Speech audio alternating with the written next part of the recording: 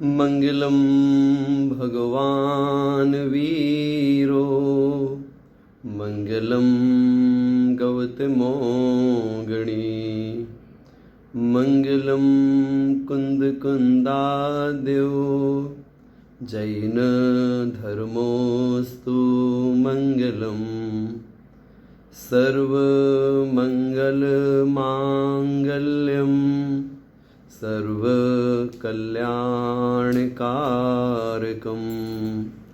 प्रधानम सर्व धर्माणां जैनम जयतु शासनम ळमो अरिहन्ताणं ळमो सिद्धाणं ळमो आयर्याणं ळमो उवझायाणं ळमो लोये सौवसाहूणम्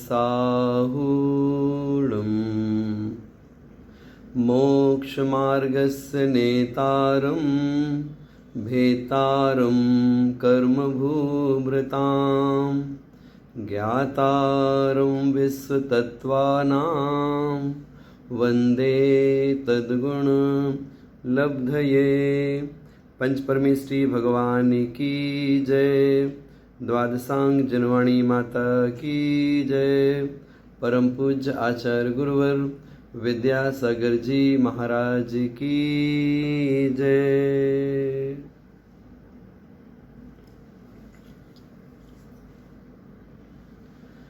पांच लब्धियों के माध्यम से विषय का प्रतिपादन आपके सामने कल पूर्ण हुआ था।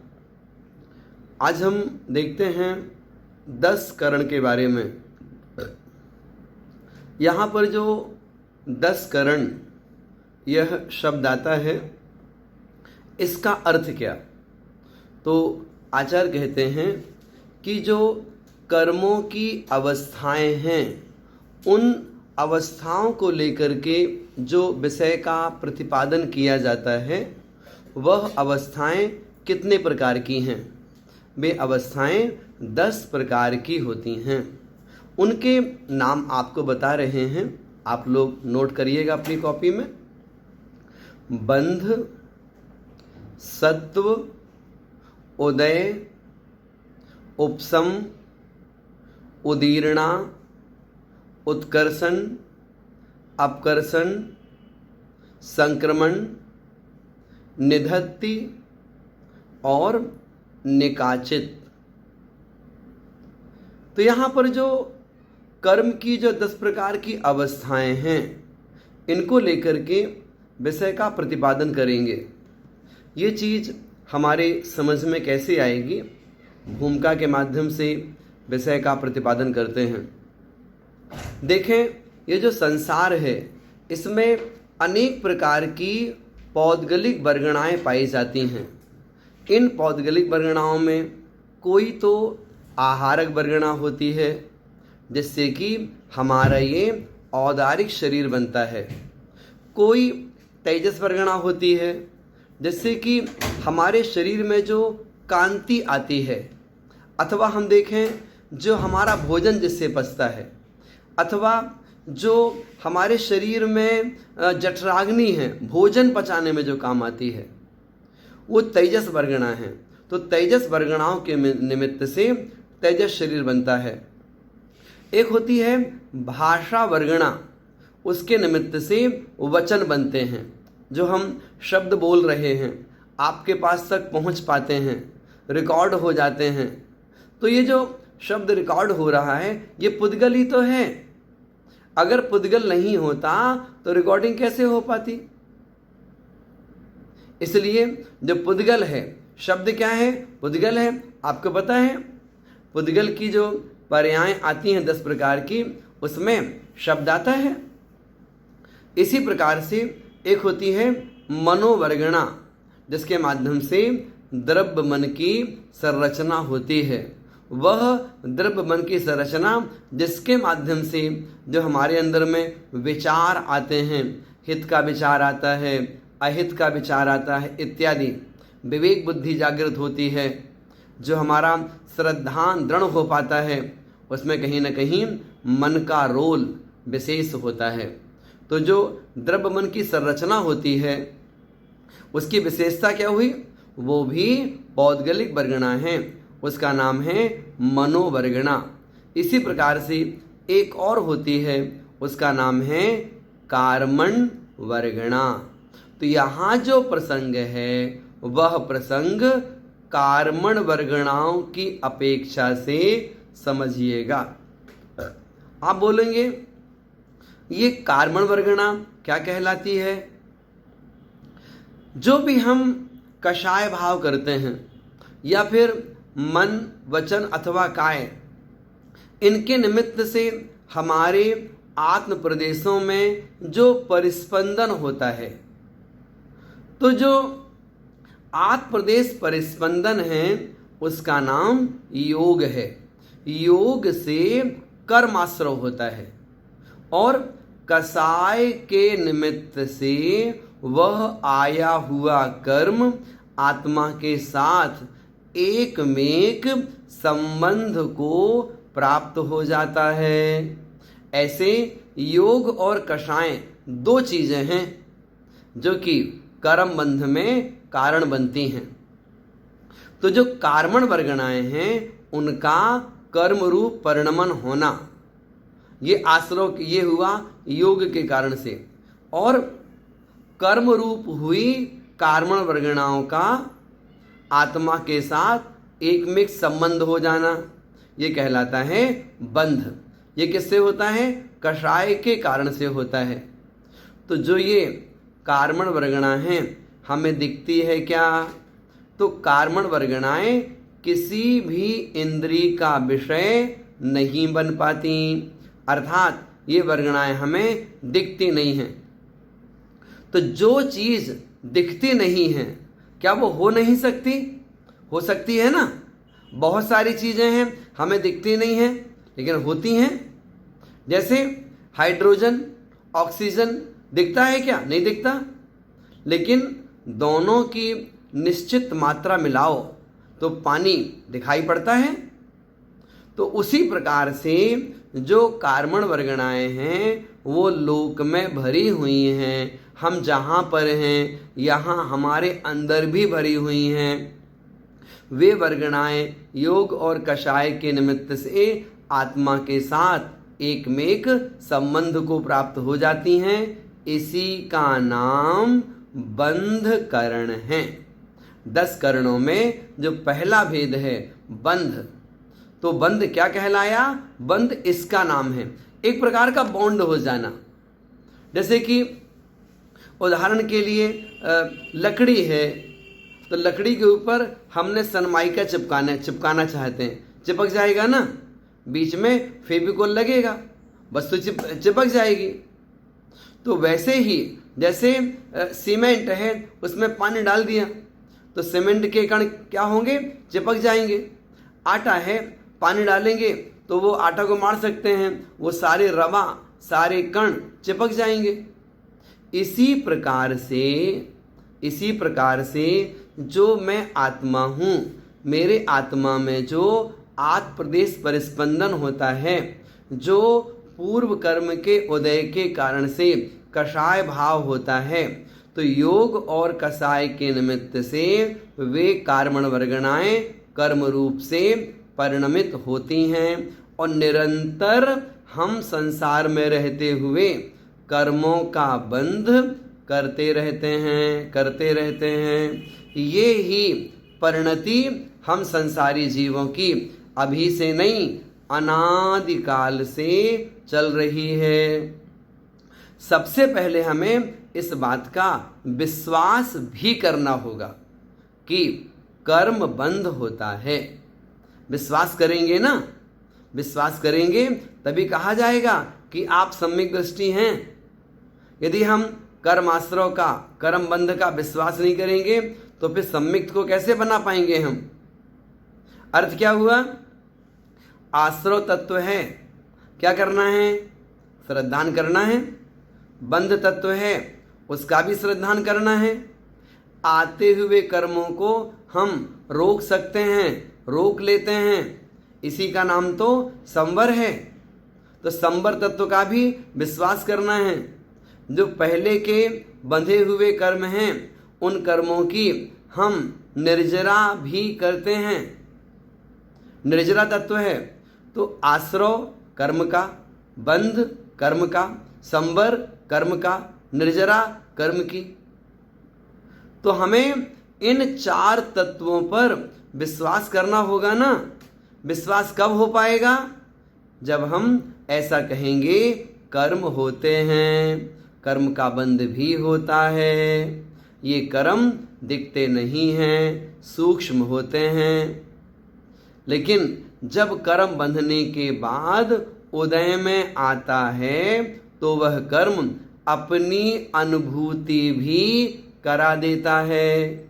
जैसे किसी को इंद्रिय संबंधी बहुत सुख मिल रहा है, बहुत अनुकूलताएं उसके जीवन में हैं, क्या बोलेंगे हम? इसके साता वेदनी कर्म का उदय बहुत अच्छे अनुभाग के साथ चल रहा है।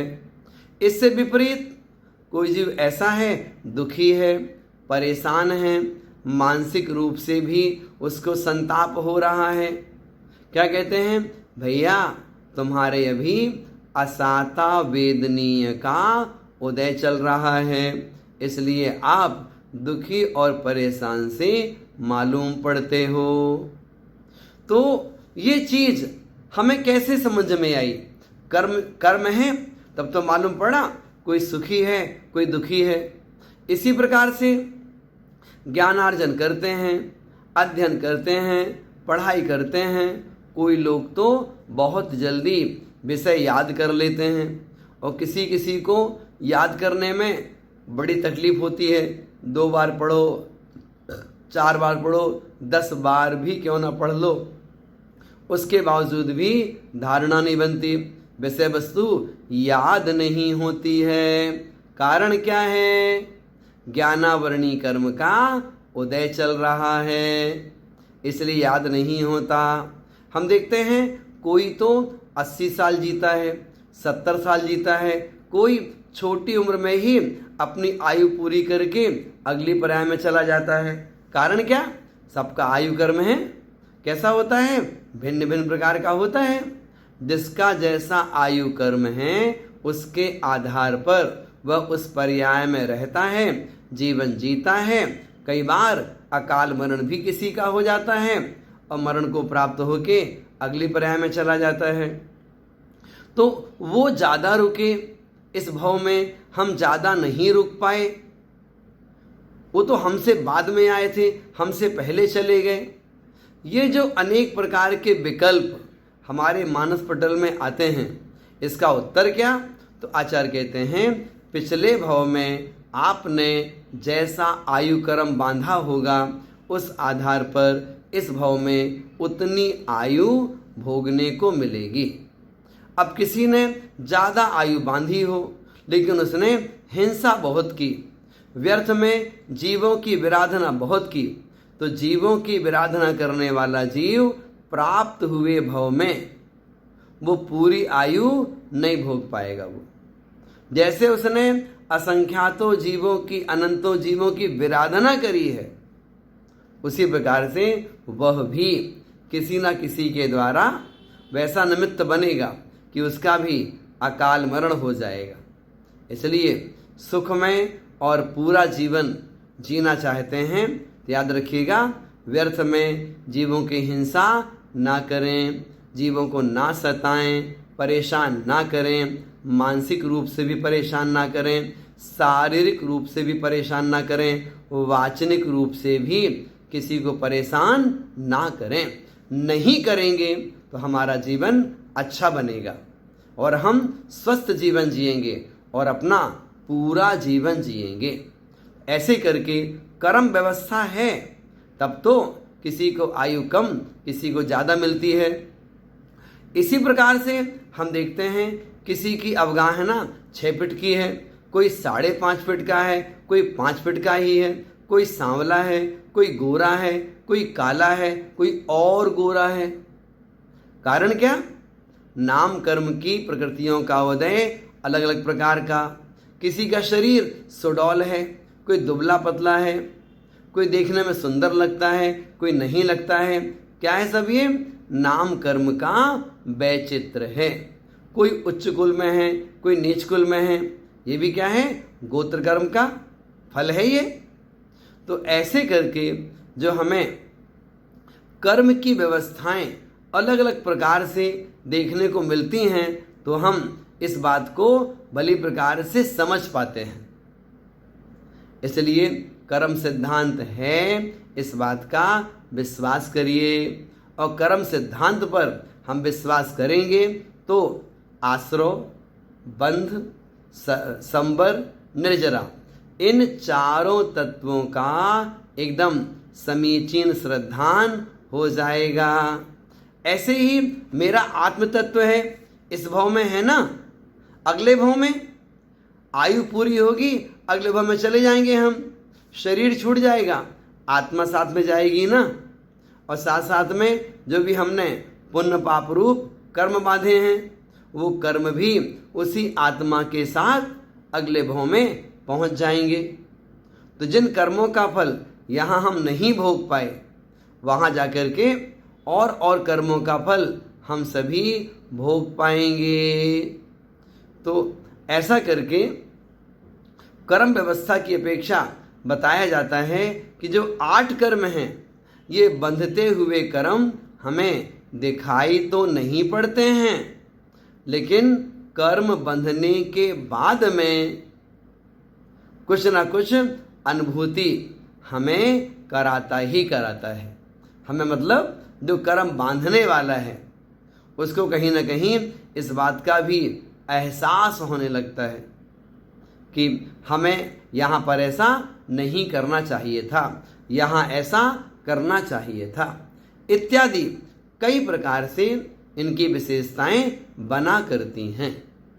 तो हम क्या सीखना चाह रहे हैं? हम सीखना चाह रहे हैं 10 करण के बारे में। उनके नाम आपने यहाँ पर सुन लिए हैं। तो जो हम विषय सुनना चाहते हैं, उन विषयों का श्रद्धान भी तो करना होगा। जब हमारा श्रद्धान मजबूत होगा, जब हमारा श्रद्धान दृढ़ होगा, तब हम फिर कर्म सिद्धांत का भी विश्वास कर पाएंगे। और साथ साथ में जो 10 करण की व्यवस्था आपके सामने बताई जाने वाली है, उस व्यवस्था को भी हम भली प्रकार से स्वीकार कर पाएंगे। इसलिए इस व्यवस्था को क्रम क्रम से आपके सामने यहाँ पर प्रारंभ करते हैं। इसका जो पहला भेद है वह है बंध। जैसे आपको बताया गया कि हम सभी संसारी प्राणी प्रति समय कर्म बंध करते ही रहते हैं। तो जो कर्म बंध होता है, किन कारणों से होता है? तो आचार्यों ने तत्वार सूत्र के 5वें अध्याय में इसकी व्याख्या की है। वो कहते हैं मिथ्या दर्शन, अविरति, प्रमाद, कषाय और योग। ये क्या है? ये कर्म बंध के कारण हैं। यदि किसी जीव के मिथ्यात्व कर्म का उदय है, तो आप नियम से मानिएगा उसके पास में मिथ्यात्व है, तो अविरति, प्रमाद, कषाय, योग, ये 5 चीजें नियम से रहेंगी। अगर किसी ने सम्मिक्त प्राप्त कर लिया, उसके मिथ्यात्व कर्म का उदय नहीं है और वो चौथे गुण स्थान में है, तो फिर क्या होगा? अविरति, प्रमाद, कषाय, योग, उसके पास ये 4 चीजें होंगी। अब कोई मुनि महाराज जी बन गए, उनके पास अविरति नहीं है। अब क्या होगा?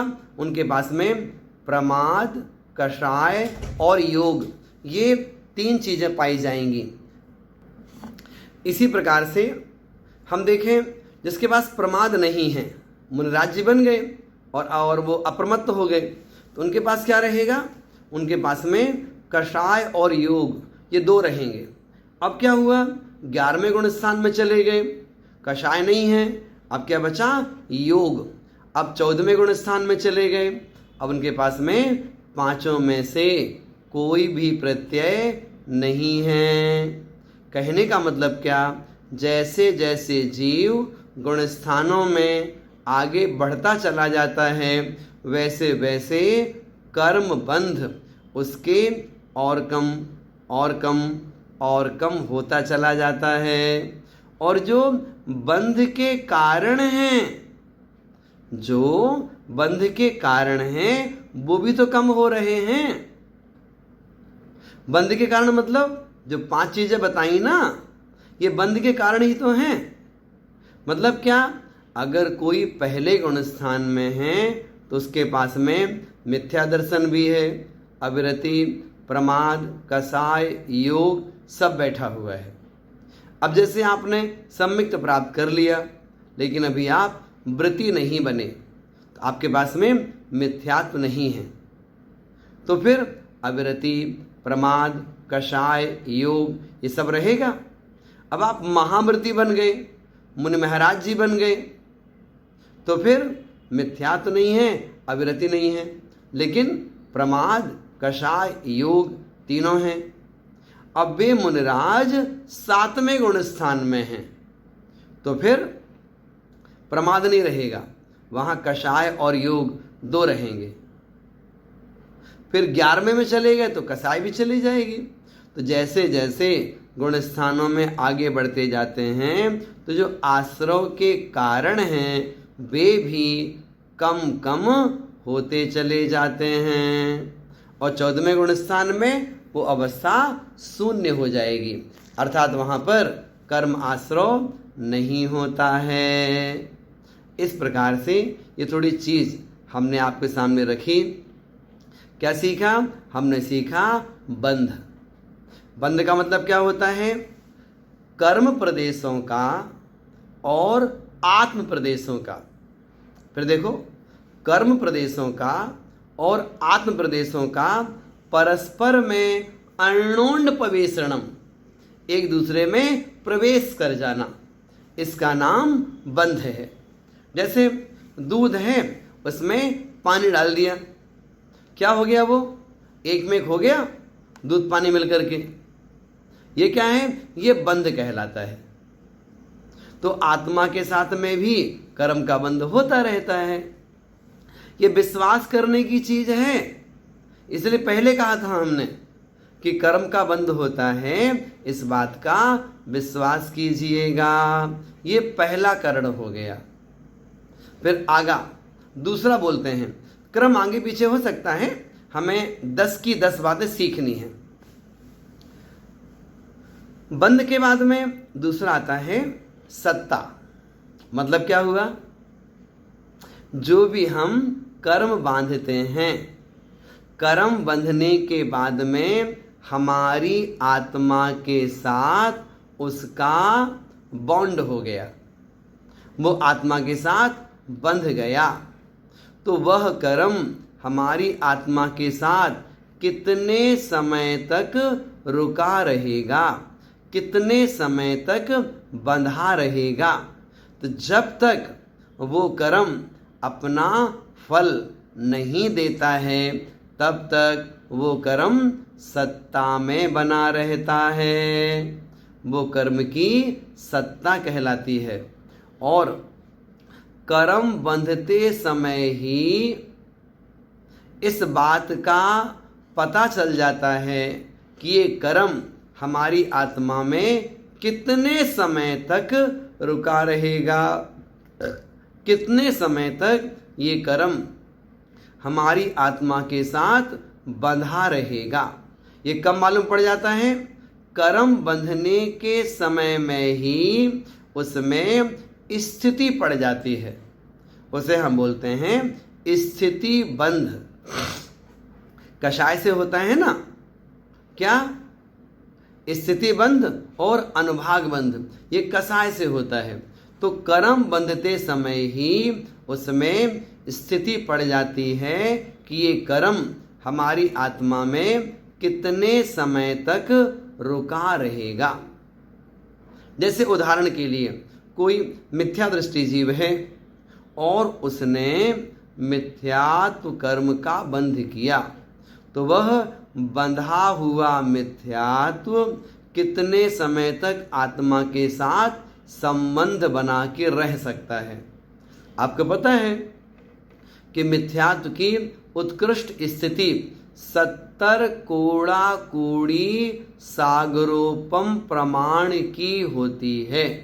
अर्थात इतने लंबे समय तक कोई एक कर्म हमारी आत्मा के साथ बंधा रह सकता है।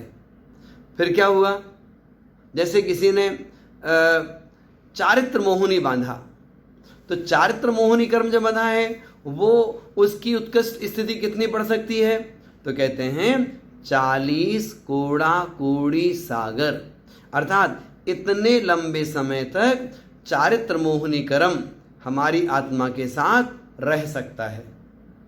ऐसे ही सभी कर्मों की यथायोग स्थिति जाननी चाहिए। जैसे ज्ञानावर्णी, दर्शनावर्णी, ज्ञानावर्णी, दर्शनावर्णी और वेदनी और अंतराय, ये 4 कर्म है ना, इनकी उत्कृष्ट स्थिति 30 कोड़ा कोड़ी सागरोपम प्रमाण तक की है। नाम और गोत्र की 20 कोड़ा कोड़ी सागर। मोहिनी कर्म की आपको बताई गई 70 कोड़ा कोड़ी सागर। जो आयु कर्म है इसकी स्थिति बहुत कम होती है, सागरों में है, वो कोड़ा कोड़ी सागर में है। तो ऐसे करके ये भेद समझिएगा। हमने सीखा किसी जीव ने कर्म बांधा, बांधने के बाद में वो कर्म आत्मा के साथ एकमेक संबंध को प्राप्त हो गया, तो कितने समय तक वह कर्म आत्मा के साथ लगा रहेगा, एकमेक संबंध बनाए रखेगा, वो उस कर्म की सत्ता कहलाती है, वो स्थिति बंध कहलाएगा।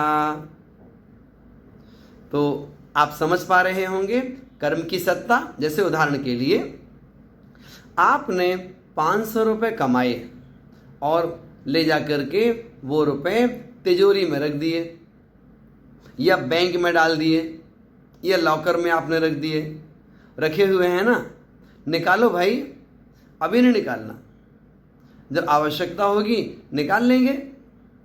तो पैसा आया, उस पैसे के प्रति आपका अटैचमेंट हुआ और वो पैसा आपने तिजोरी में रख दिया या लॉकर में रख दिया, अपने ड्रॉर में रख दिया, बैंक में जमा कर दिया।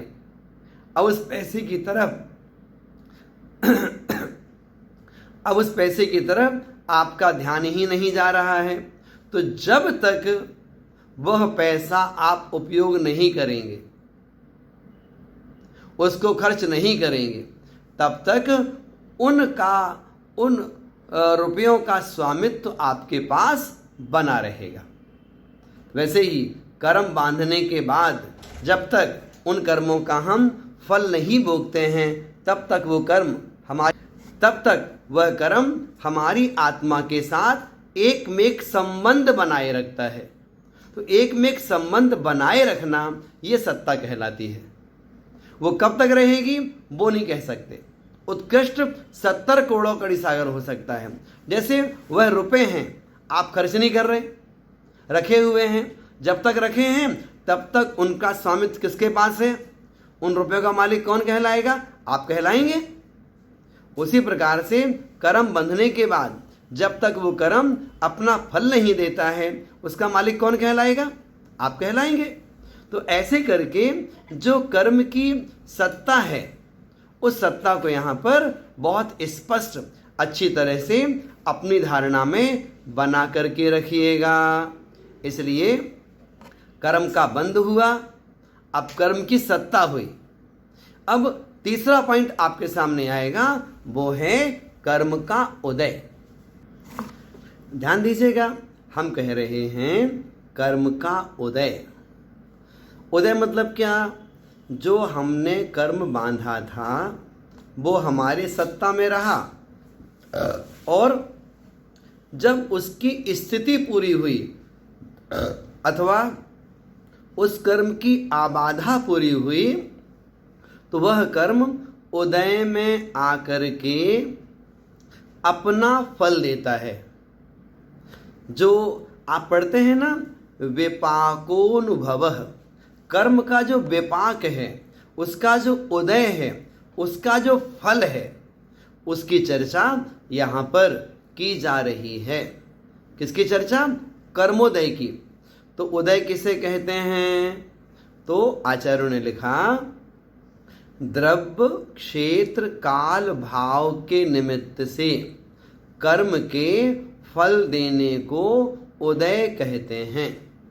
पुनः देखिएगा, द्रव्य क्षेत्र काल भाव, और कहीं लिखा मिलता है द्रव्य क्षेत्र काल भव और भाव, इनके निमित्त से कर्म के फल देने को उदय कहते हैं। जो हम सब कर्म का फल भोगते हैं ना, वो कर्म का उदय आया। कर्म का उदय आया तो हमें उस रूप उसका फल मालूम पड़ा। ऐसे करके ये चीज बहुत सीखने की है और समझने की है। क्या समझने की है? जो भी हम कर्म का फल भोगते हैं, वह द्रव्य क्षेत्र काल भाव के अनुसार ही अपना फल देता है। हमने कर्म बंध कैसा किया, वो अलग पॉइंट है। कर्म बांधने के बाद में अब हम रह कहाँ रहे हैं? कर्म तो बांधा था 100 साल पहले, कर्म बांधा था 500 साल पहले, कर्म बांधा था नरकों में रह के, कर्म बांधा था स्वर्गों में रह के, और भोग कहाँ रहे हैं? मनुष्य पर्याय में। तो यहाँ का जैसा द्रव्य क्षेत्र काल भाव है, हमें फल उसके अनुसार प्राप्त होगा।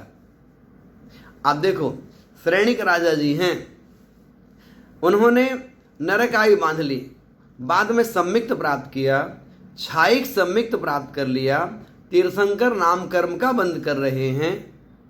तो उन्होंने भी कितना पुण्य बांधा बाद में, लेकिन गए कहाँ? गए अधोगति में।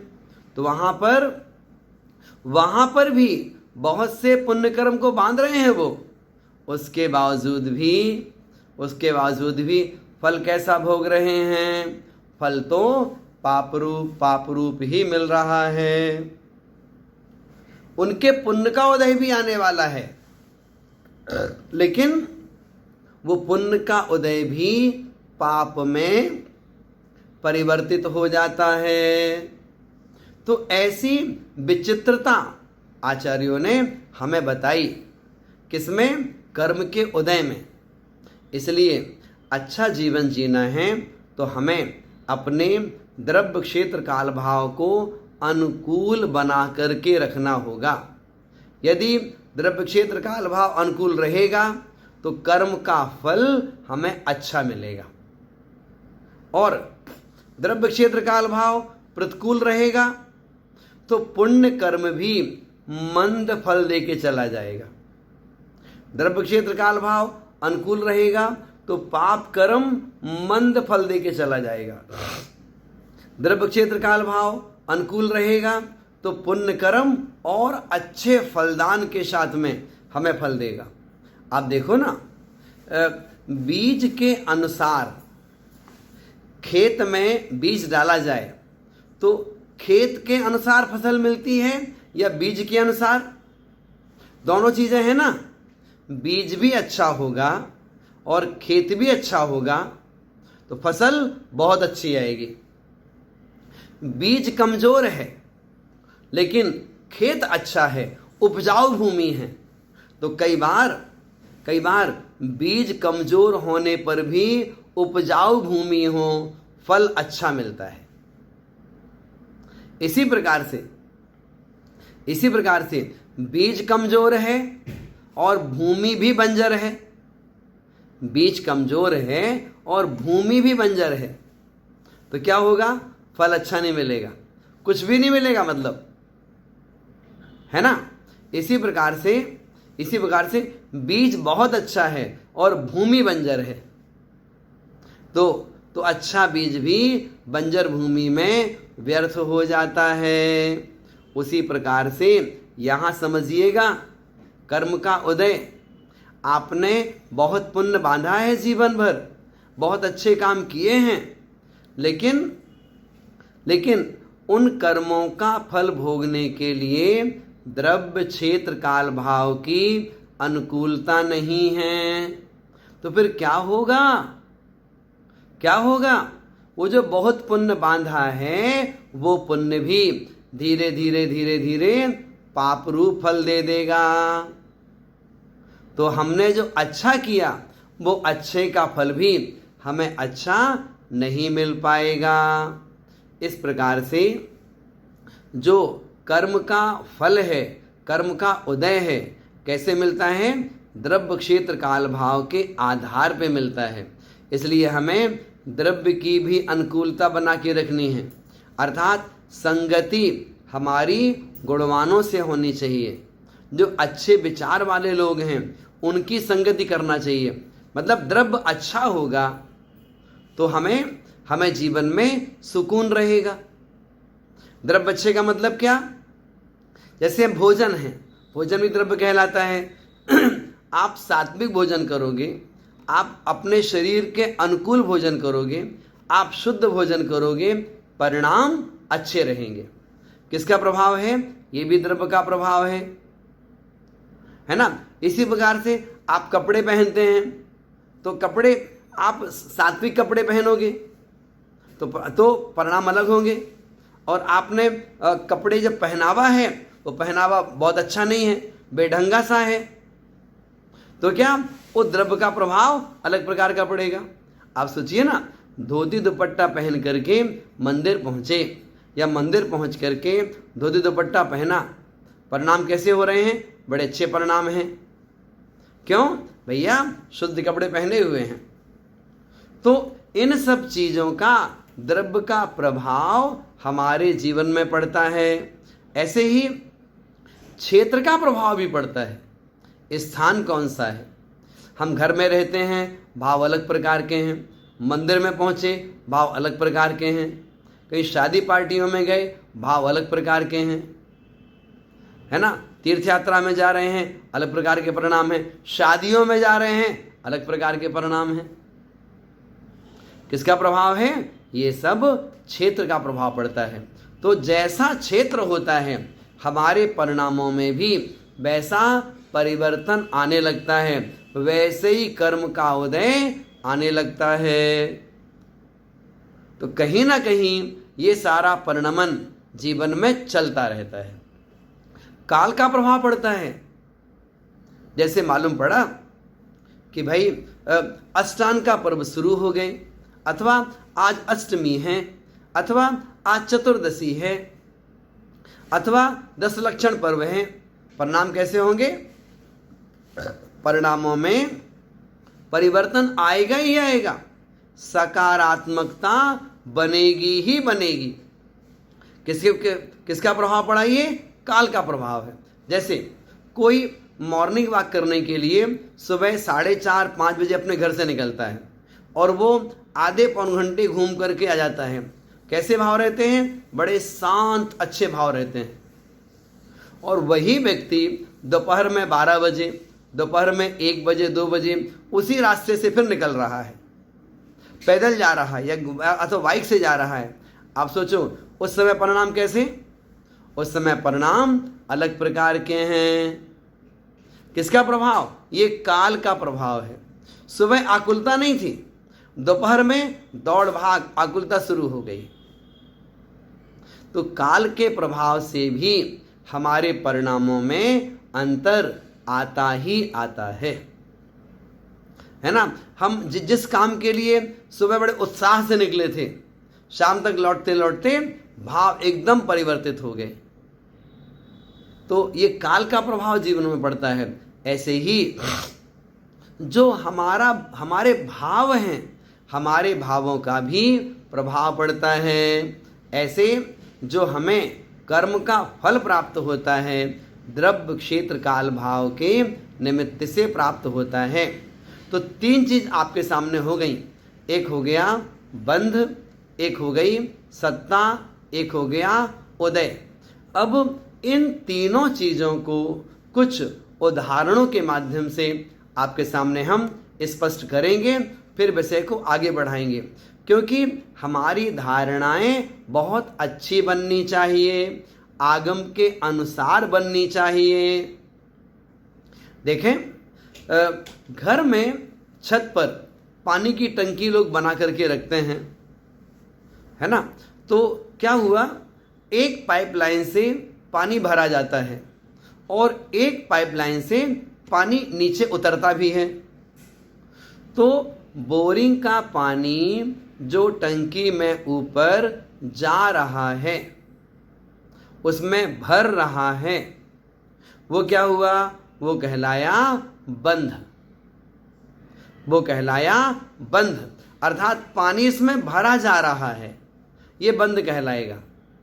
अब उसमें भरने के बाद में पानी रुका है ना, उसमें कब तक रुका रहेगा कह नहीं सकते, आधे घंटे, 1 घंटे, 2 घंटे, 4 घंटे, सुबह से शाम तक पानी ना निकले। ऐसे करके जब तक उस टंकी में पानी रुका हुआ है वो कहलाएगी सत्ता। अब क्या हुआ,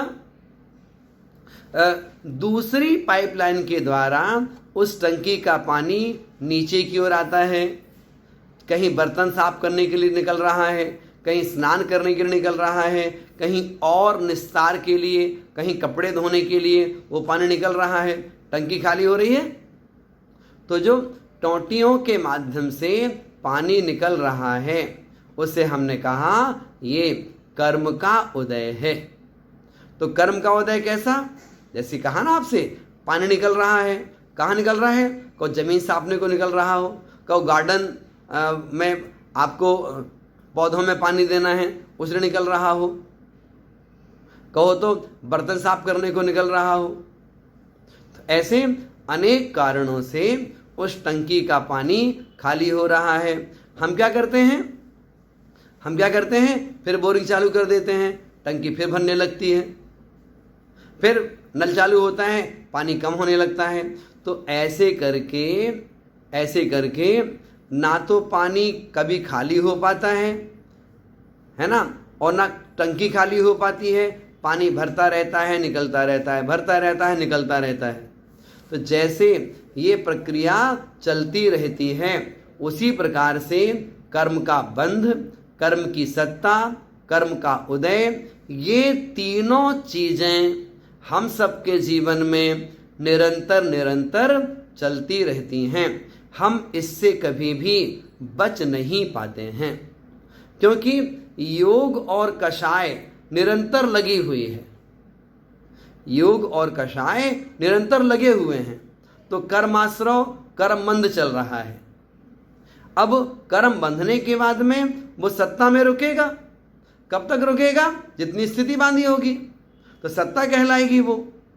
अब स्थिति पूरी होने पर वह कर्म उदय में आएगा, अपना फल देगा, तो उदय कहलाएगा। तो ऐसे बंध, उदय, सत्व, ये तीनों चीजों की जो चैन है वो संसार में सब जीवों की चलती रहती है।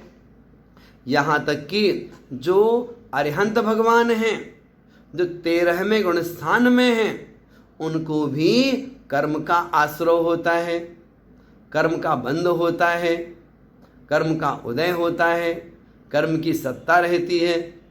यहाँ तक कि जो 14वां गुण स्थान है वहाँ पर भी कर्म का उदय है, वहाँ पर भी कर्मों की सत्ता है। मात्र वहाँ पर एक चीज नहीं है, वो क्या है, कर्म का बंध नहीं है।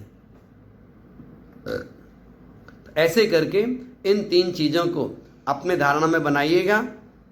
जैसे हमने आपको बताया, आप पैसा कमा रहे हैं, है ना, पैसा आ रहा है, तिजोरी में भर रहा है, ये क्या हुआ, ये हुआ बंध। पैसा तिजोरी में रुका हुआ है वो कहलाएगी सत्ता।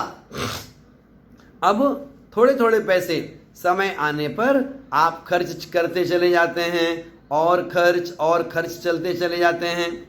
ये क्या हुआ? ये हुआ उदय। तो बंद हो गया रुपए आना, है ना, और सत्ता हो गई तिजोरी में रखा हुआ है, और उदय हो गया रुपए हम खर्च कर रहे हैं। तो ऐसे आप भी अपनी बुद्धि और समझ के माध्यम से बहुत सारे उदाहरण लगा सकते हैं, चिंतन मनन कर सकते हैं। करना चाहिए, जरूर करना चाहिए, क्योंकि कर्म सिद्धांत यदि हमारे समझ में आ गया तो जीवन हमारा बहुत अच्छा हो जाएगा। हम समझ पाएंगे भैया तीव्र कसाय करने से पाप कर्मों का बंध होता है। क्या करना है? अब हम कषाय रूप परिणाम नहीं करेंगे, अपने परिणामों को संभाल करके रखेंगे, शांत रहेंगे, अच्छे से अपना जीवन जिएंगे। तो धीरे धीरे जब कषाय भाव कम होता है, कषाय भाव मंद होती है, तो जीवन में पाप कम होते हैं। पाप कम होंगे फिर पुण्य बढ़ेगा। फिर हम भेद भी तो करेंगे कि जो कर्म का बंध होता है वो कर्म का बंध कैसा होता है। वो कर्म का बंध पुण्य रूप भी होता है, वो कर्म का बंध पाप रूप भी होता है। दोनों प्रकार से कर्म बंध की व्यवस्था आचार्यों के द्वारा बताई गई है। तो जब हमारा मन, हमारे वचन, हमारी काय शुभ रूप होती है, उस समय हम पुण्य कर्मों का बंध करते हैं, और जिस समय हमारा मन, वचन, काय ये अशुभ रूप होता है, तो उस समय हम पाप कर्मों का बंध करते हैं। फायदा किस में होगा? योग शुभ हो, मीन्स मन वचन काय अच्छे विचार हों, अच्छी वाणी बोलें, अच्छी प्रवृत्ति करें। योग शुभ हो और है तो कषाय मंद हो। दो चीज़ें हैं, योग शुभ हो और कषाय मंद हो, तो पुण्य बंध बहुत अच्छा होता है। योग शुभ हो और कषाय तीव्र हो तो फिर पुण्य का अनुभाग कम पड़ता है।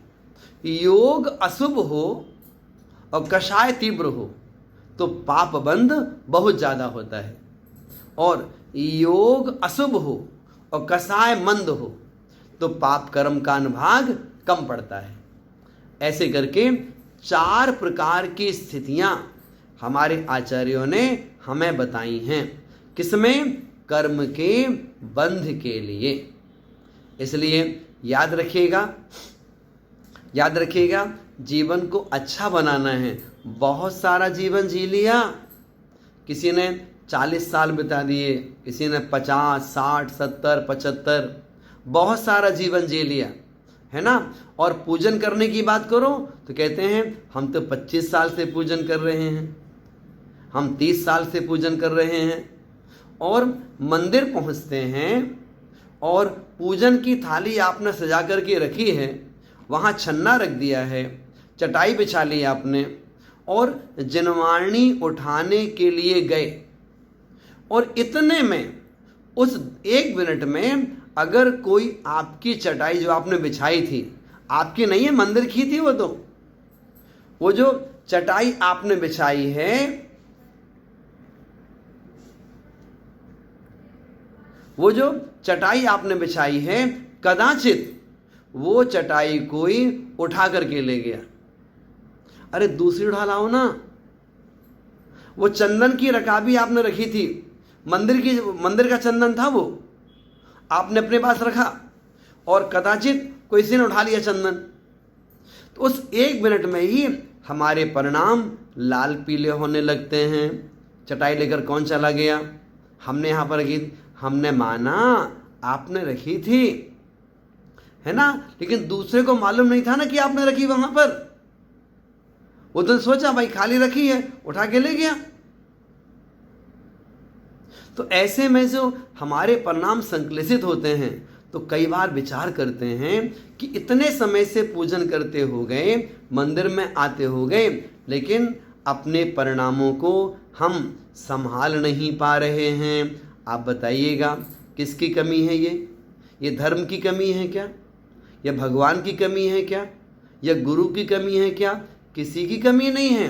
सभी कोई हमें सन्मार्ग ही दिखाते हैं। ये कमी हमारे अपने स्वयं के परिणामों की है कि हम अपने कषाय भावों को संभाल नहीं पाते हैं। तो जिनालय में रहते हुए भी पाप कर्मों का बंध कर लेते हैं। जीवन को अच्छा बनाना है, आप घर पे रहिए, आप बाजार में रहिए, व्यापार में रहिए, या फिर आप मंदिर जी में रहिए, कहीं भी रहें अपने परिणामों को संभाल के रखिए। बहुत ज़्यादा संक्लेश करना अच्छा नहीं कहलाता है। तीव्र कषाय आत्मा के लिए अहितकारी होती है। इसलिए समझ करके जीवन जीना चाहिए। ये ही जीवन जीने का सार है, इसमें ही आनंद है। मुनि सुधा सागर जी महाराज बताया करते हैं कि मंदिर जाने से पहले अपने शत्रु के घर जाओ, शत्रु से क्षमा मांग लो कि भैया हमने तुम्हें माफ़ किया, तुम्हें माफ़ करना है नहीं करना है तुम्हारा धर्म है, लेकिन हम तुम्हें माफ़ करते हैं। हम तुम्हारे साथ कभी भी अब गलत व्यवहार नहीं करेंगे, हम तुम्हें कभी भी अपशब्द नहीं कहेंगे।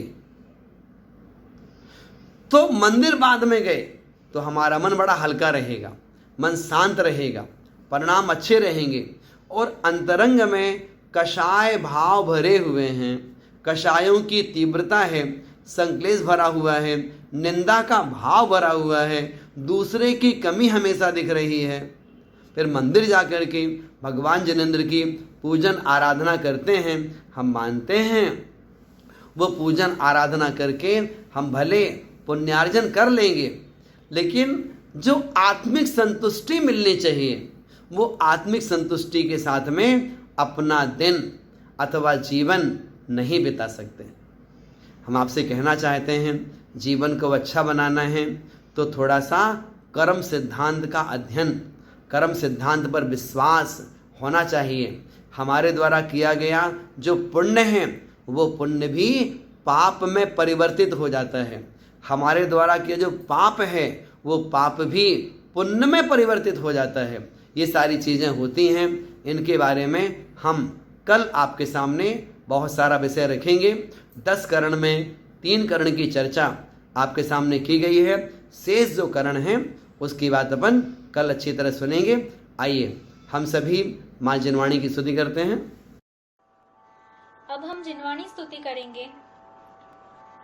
मिथ्यात्म नाश वे को ज्ञान के प्रकाश वे को आपा पर भास वे को भानु सीमा खानी है छहो द्रव्य जान वे को बंध विधिमान वे को स्वपर पहचान वे को परम प्रमाणी है अनुभव बताए वे को जीव के जीताए वे को काहू न सताए वे को भव्य और आनी है जहाँ तहाँ तार वे को पार के उतार वे को सुख विस्तार वे को यही जिनवाणी है।